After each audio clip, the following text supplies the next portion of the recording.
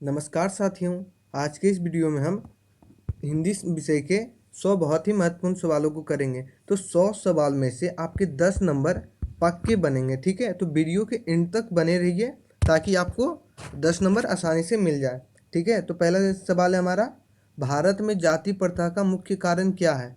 तो भारत में जाति प्रथा का मुख्य कारण है उद्योग धंधों की कमी, बेरोजगारी, गरीबी, अमीरी। तो इसका होगा उद्योग धंधों की कमी। ऑप्शन नंबर सी इसका बिल्कुल सही आंसर है।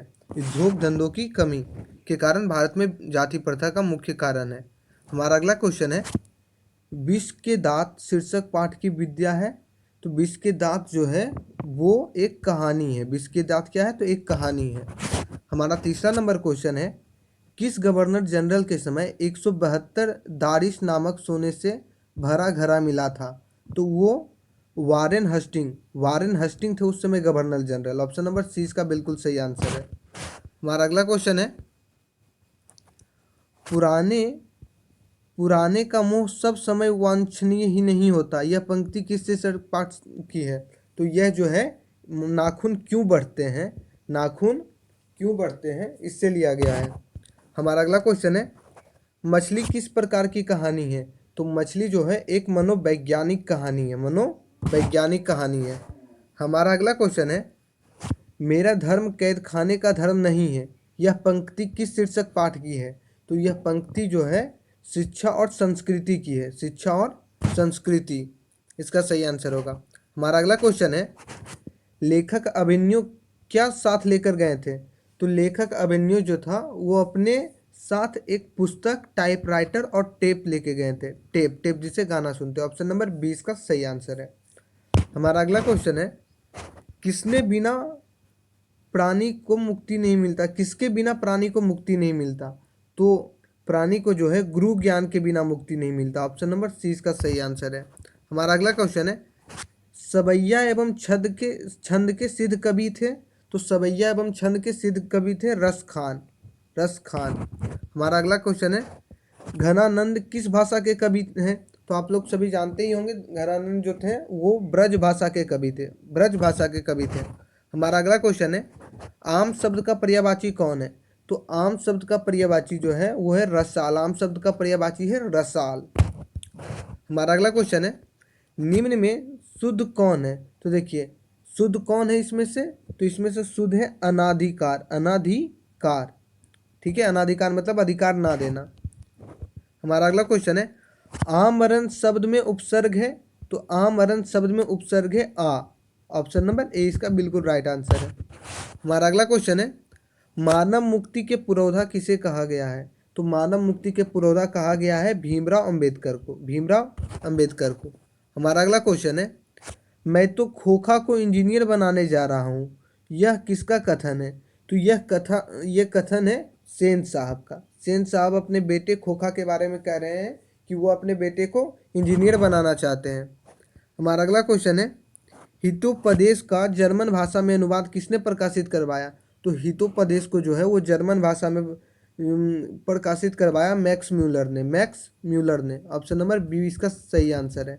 हमारा अगला क्वेश्चन है, निर्वंश विद्या का संबंध है। तो निर्वंश विद्या का संबंध है मानव विज्ञान से, मानव विज्ञान से। हमारा अगला क्वेश्चन है, किस देश के लोग बड़े बड़े नख पसंद करते थे। तो गौड़ देश के लोग जो थे वो बड़े बड़े नख पसंद करते थे, यानी बड़े बड़े नाखून पसंद करते थे। हमारा अगला क्वेश्चन है, सूर्य नामक पुस्तक किनकी रचना है। तो सूर्य नामक पुस्तक जो है वो गुणाकार मूले की रचना है। हमारा अगला क्वेश्चन है, नेवारी भाषाएं किस लिपि में लिखी जाती है। तो नेवारी भाषाएं जो है वो देवनागरी लिपि में लिखी जाती है, देवनागरी लिपि में। हमारा अगला क्वेश्चन है, दुर्गंध शब्द का संधि विच्छेद है। तो दुर्गंध शब्द का संधि विच्छेद है दुह धन गंध, दुह धन गंध। हमारा अगला क्वेश्चन है, अंगों का उच्चारण स्थान क्या है। तो अंगों का उच्चारण स्थान है कंठ, कंठ जो है वो अंगों का उच्चारण स्थान है। हमारा अगला क्वेश्चन है, लोहा शब्द है। तो लोहा जो है एक पुल्लिंग शब्द है, लोहा पुल्लिंग शब्द है। हमारा अगला क्वेश्चन है, कलम शब्द कौन संज्ञा है। तो कलम जो है एक जातिवाचक संज्ञा है। कलम जो है एक जातिवाचक संज्ञा है। हमारा अगला क्वेश्चन है, नाच ना जाने आंगन टेढ़ा लोकोक्ति का क्या अर्थ है? तो नाच ना जाने आंगन टेढ़ा का मतलब होता है कार्य ना जानने पर बहाना बनाना। इसका सही आंसर होगा ऑप्शन नंबर सी, काम ना जानना और बहाना बनाना। हमारा अगला क्वेश्चन है, गुण शब्द का विलोम होगा तो गुण का विलोम होगा अवगुण, या गुण का कहते हैं दोष। यहाँ देखिए अवगुण नहीं है ऑप्शन में, तो हम गुण का हो जाएगा दोष। ऑप्शन नंबर 20 का सही आंसर है। प्रत्येक शब्द में कौन सा समास है? तो प्रत्येक शब्द में जो है अव्ययी भाव समास है, अव्ययी भाव समास है। हमारा अगला क्वेश्चन है, राम खाता होगा कौन काल है? तो राम खाता होगा मतलब वो संदेह है कि राम खा रहा होगा, तो इसका सही आंसर होगा संदिग्ध वर्तमान काल। ऑप्शन नंबर 20 का सही आंसर है। सभा शब्द कौन संज्ञा है? तो सभा जो है एक समूहवाचक संज्ञा है, समूहवाचक संज्ञा। हमारा अगला क्वेश्चन है, आग शब्द है तो आग जो है एक तद्भव शब्द है, तद्भव। हमारा अगला क्वेश्चन है, मगम्मा मिठाई किसके लिए ले जा रही थी? तो मगम्मा जो मिठाई है वो अपने पोते के लिए, पोता के लिए लेके जा रही थी। हमारा 32 नंबर क्वेश्चन है, ढहते विश्वास कहानी में किस राज्य के बाढ़ एवं सूखा से प्रभावित दिखाया गया है? तो ये दिखाया गया है उड़ीसा को, उड़ीसा को दिखाया गया है उसके बाढ़ के बारे में। हमारा अगला क्वेश्चन है, पहले दिन पाप्ती को क्या था? तो पहले दिन पाप्ती को जो था वो बुखार था। पहले दिन पाप्ती को क्या था? बुखार।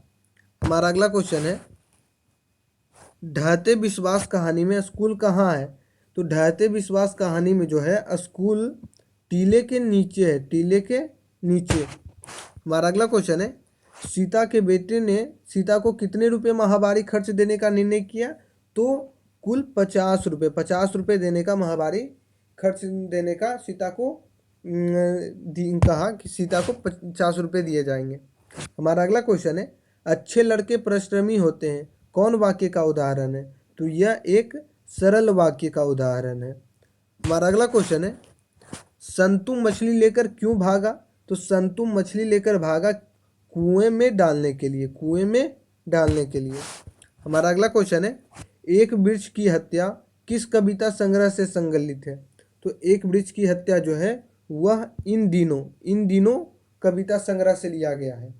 हमारा अगला क्वेश्चन है, नदी का द्वीप किस कवि की रचना है? तो नदी का द्वीप जो है वो रचना है सच्चिदानंद हीरानंद वात्स्यायन अज्ञेय की। ऑप्शन नंबर डी इसका सही आंसर है।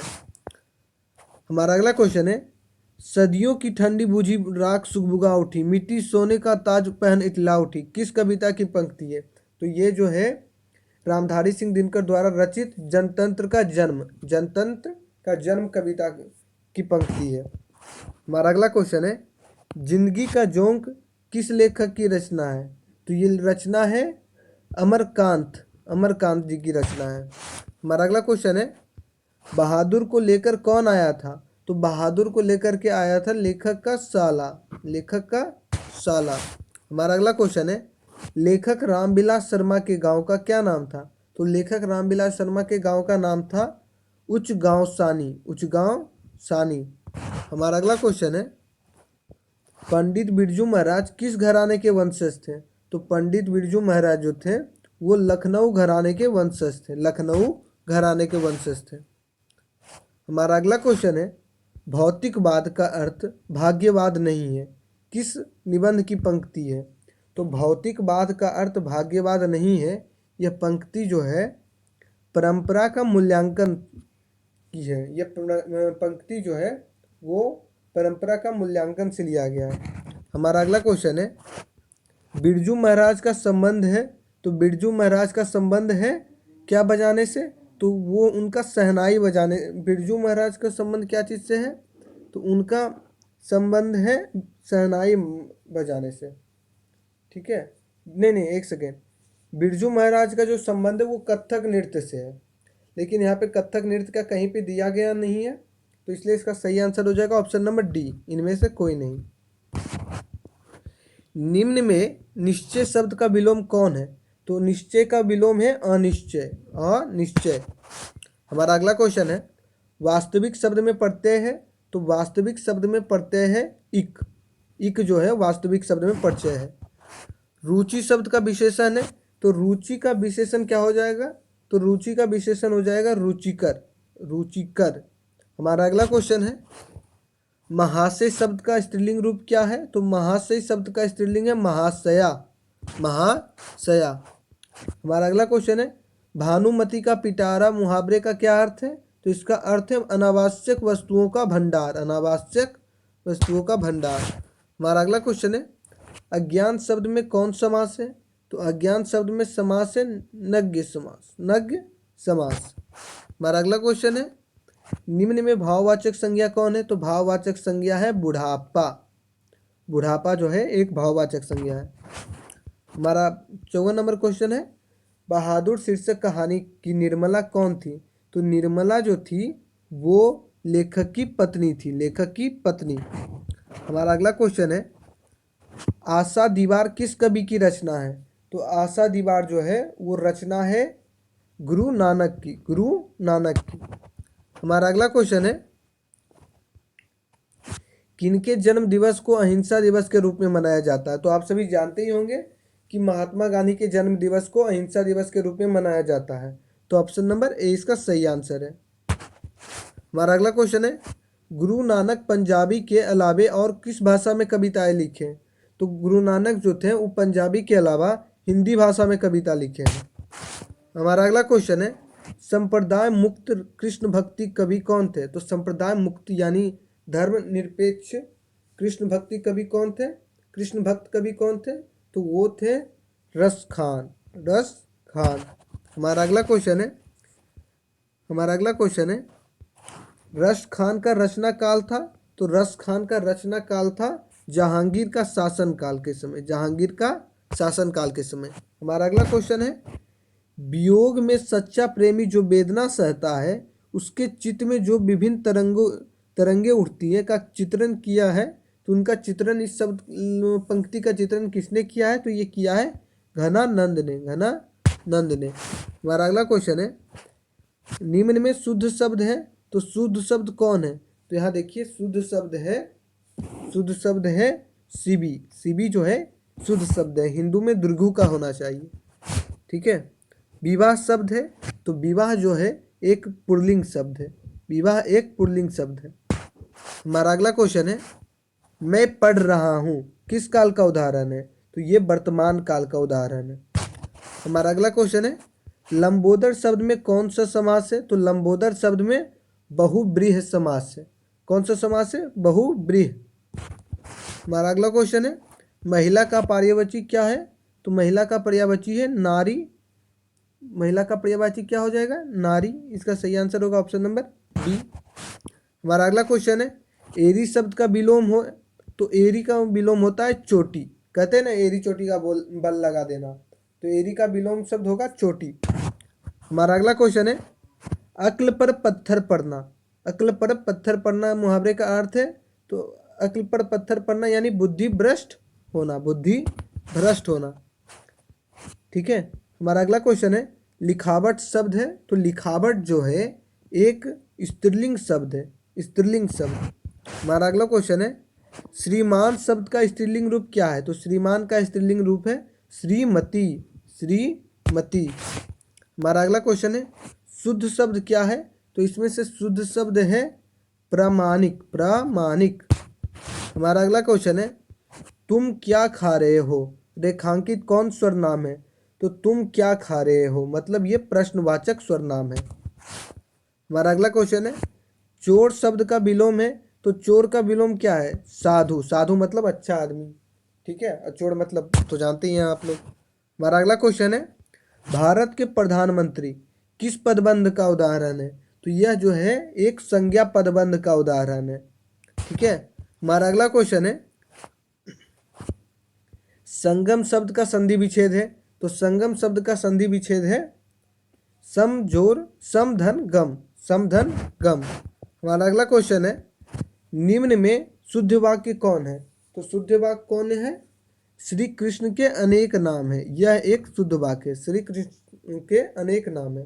हमारा अगला क्वेश्चन है, मगम्मा क्या बेचती थी? तो मगम्मा दही बेचती थी। मगम्मा दही बेचती थी। मगम्मा कहाँ की रहने वाली है? तो मगम्मा जो है वो रहने वाली है अबलूर के पास किसी गांव की।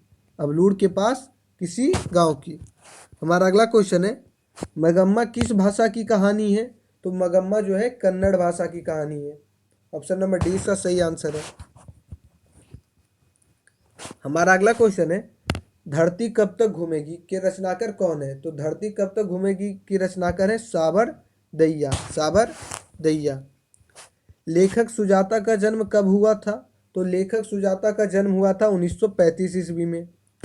हमारा अगला क्वेश्चन है, दिनकर जी कवि के साथ साथ दिनकर जी कवि के साथ साथ क्या थे? तो दिनकर जी कवि के साथ साथ एक गद्यकार भी थे। गद्यकार भी थे। हमारा अगला क्वेश्चन है, उगते हुए सूरज का देश किसे कहा जाता है? तो वो कहा जाता है जापान को। हमारा अगला क्वेश्चन है, एक वृक्ष की हत्या शीर्षक कविता में वृक्ष की सूखी डाली किसकी तरह थी? तो वृक्ष की सूखी डाली जो थी वो रायफिल की तरह थी। रायफिल की तरह थी। हमारा अगला क्वेश्चन है, कवित्री अनामिका के अनुसार चौखटे में क्या नहीं अटता है? तो चौखटे में जो है वो क नहीं अटता है। क नहीं अटता है। हमारा अगला क्वेश्चन है, कौन सा महीना माँ के लिए आराध्य देव बन गया था? तो माँ के लिए आराध्य देव बन गया था कौन सा महीना? तो अगहन का महीना। अगहन का महीना। हमारा अगला क्वेश्चन है, पापती किस पर लेटी हुई थी? तो पापती जो थी वो किस पर लेटी हुई थी? तो वो स्ट्रेचर पर लेटी हुई थी। हमारा अगला क्वेश्चन है, धरती कब तक घूमेगी शीर्षक कहानी में किसे महसूस होने लगा कि आकाश अनंत नहीं है? तो वो सीता को महसूस होने लगा। सीता को। हमारा अगला क्वेश्चन है, सीता के कितने लड़के थे? तो सीता के कुल 3 लड़के थे। सीता के कितने लड़के थे? कुल 3 लड़के थे सीता के। तुलनात्मक व्याकरण किसकी रचना है? तो तुलनात्मक व्याकरण जो है वो रचना है काल्डवेल की। काल्डवेल की। भा का उच्चारण स्थान क्या है? तो भा का उच्चारण स्थान है ओष्ठ। ओष्ठ जो है वो भा का उच्चारण स्थान है। ठीक है। हमारा अगला क्वेश्चन है, सुजान सागर किनकी रचना है? तो सुजान सागर रस खान की रचना है। रस खान की रचना है। हमारा अगला क्वेश्चन है, अति सुधो स्नेह के मार्ग हैं छंद के रचनाकार है? तो अति सुधो स्नेह के मार्ग है ये छंद जो है रचना है घनानंद की। घनानंद की। प्रेम घन किस युग के प्रमुख कवि थे? तो प्रेम घन जो थे वो भारतेंदु युग के प्रमुख कवि थे। हमारा अगला क्वेश्चन है, जीर्ण जनपद किस कवि की रचना है? तो जीर्ण जनपद जो है वो रचना है बद्री नारायण चौधरी प्रेमघन की। बद्री नारायण चौधरी प्रेमघन की। हमारा अगला क्वेश्चन है, स्वदेशी कविता संकलित है? तो स्वदेशी कविता संकलित है यानी किससे इसका जुड़ाव है? तो इसका जुड़ाव है प्रेमघन सर्वस्व से। प्रेमघन सर्वस्व से। हमारा अगला क्वेश्चन है, सुमित्रानंदन पंत का जन्म कब हुआ था? तो सुमित्रानंदन पंत का जन्म हुआ था 1900 ईस्वी में। 1900 ईस्वी में। हमारा अगला क्वेश्चन है, खेत शब्द है? तो खेत शब्द जो है तद्भव शब्द है। ठीक है। हमारा अगला क्वेश्चन है, सत्य के लिए आग्रह के लिए एक शब्द है? तो उसके लिए एक शब्द है सत्याग्रह। सत्य के लिए आग्रह मतलब सत्याग्रह। हमारा अगला क्वेश्चन है, वह छत से गिर पड़ा यह किस कारक का उदाहरण है? तो यह जो है किस कारक का उदाहरण है? यह अपदान कारक का उदाहरण है। अपदान कारक का। अब देखिए हमारा आखिरी क्वेश्चन है। देखिए ग का उच्चारण स्थान क्या है? तो ग का उच्चारण स्थान जो है वो है कंठ। ठीक है। मिलते हैं नेक्स्ट वीडियो में। तब तक के लिए धन्यवाद।